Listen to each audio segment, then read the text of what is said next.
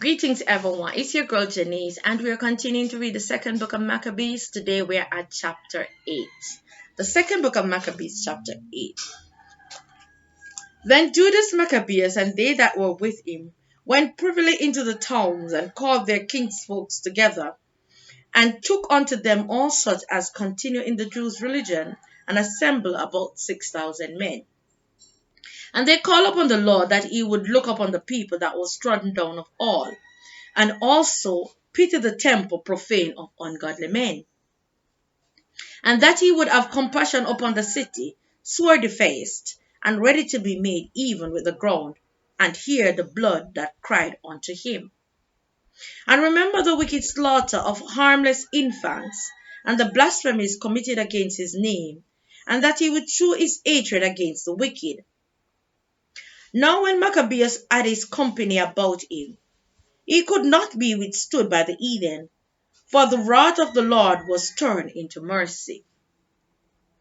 Therefore he came at unawares, and burnt up towns and cities, and got into his hands the most commodious places, and overcame and put to flight no small number of his enemies.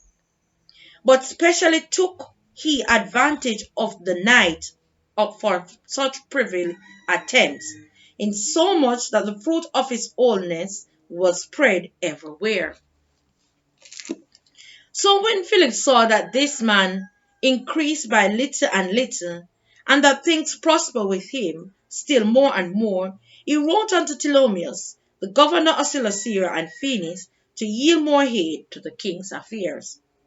Then forthwith choosing Nicanor, the son of Patroclus, one of his special friends, he sent him with no fewer than 20,000 of all nations under him, to root out the old generation of the Jews, and with him he joined also Gorgias, a captain, who in matters of war had great experience. So Nicanor undertook to make so much money of the captive Jews as should defray the tribute of 2,000 talents, which the king was to pay to the Romans. Wherefore, immediately he sent to the cities upon the sea coast, proclaiming a sale of the captive Jews, and promising that they should have 80 bodies for 1 talent, not expecting the vengeance that was to follow upon him from the Almighty God. Now, when word was brought unto Judas of Nicanor's coming, and he had imparted unto those that were with him that the army was at hand, they that were fearful and distrusted the justice of God fled, and conveyed themselves away. Others sold all that they had and left, and withal besought the Lord to deliver them, sold by the wicked Nicanor before they met together. And if not for their own sakes, yet for the covenants he had made with their fathers, and for his holy and glorious name's sake, by which they were called. So Maccabeus called his men together unto the number of 6,000, and exhorted them not to be stricken with terror of the enemy, nor to fear the great multitude of the heathen, who came wrongly against them, but to fight manfully, and to set before their eyes the injury that they had unjustly done to the holy place, and the cruel handling of the city, whereof they made a mockery, and also the taking away of the government of their forefathers. For they, said he, trust in their weapons and boldness, but our confidence is in the Almighty, who at a beck can cast down both them that come against us, and also all the world. Moreover, he recounted unto them what helps their forefathers had found, and how they were delivered when Sennacherib and 185,000 perished. And he told them of the battle that they had in Babylon with the Galatians, how they came about 8,000 in all to the business, with 4,000 Macedonians, and that the Macedonians being perplexed, the 8,000 destroyed 120,000 because of the help that they had from heaven, and so received a great booty.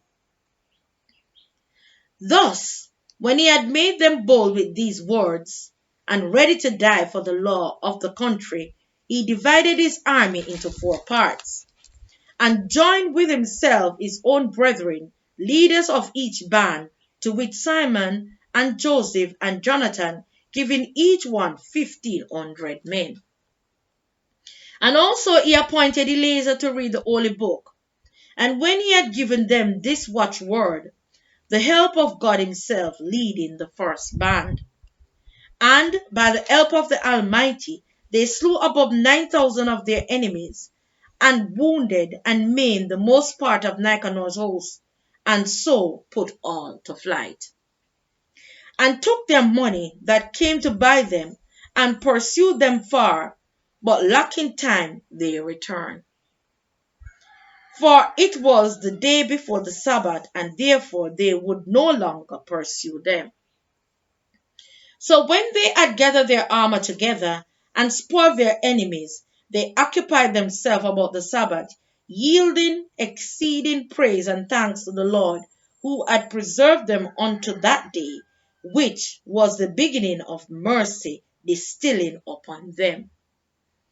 After the Sabbath, when they had given parts of the spoil to the maimed and the widows and the orphans and the residue, they divided among themselves and their servants. When this was done, and they had made a common supplication, they besought the merciful Lord to be reconciled with his servants forever. Moreover, of those that were with Timotheus and Bacchides, who fought against them, they slew above 20,000, and very easily got high and strongholds, and divide among themselves many spoils more, and made the maimed, orphans, widows, yea, and the aged also equals in spoils with themselves. And when they had gathered their armor together, they laid them up all cheerfully in convenient places, and the remnant of the spoils they brought to Jerusalem. They slew also Philacris, that wicked person, who was with Timotheus, and annoyed the Jews many ways. Furthermore, at such time as they kept the feast for the victory in their country, they burned Callistine, that had set fire upon the holy gates, who had fled into a little house, and so he received a reward meet for his wickedness.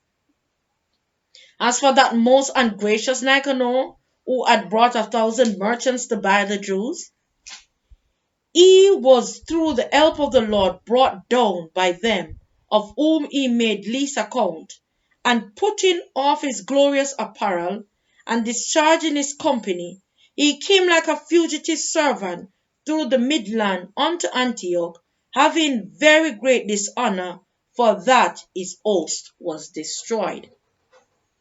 Thus he that took upon him to make good to the Romans their tribute by means of captives in Jerusalem, told abroad that the Jews had got to fight for them, and therefore they could not be hurt, because they followed the laws that he gave them.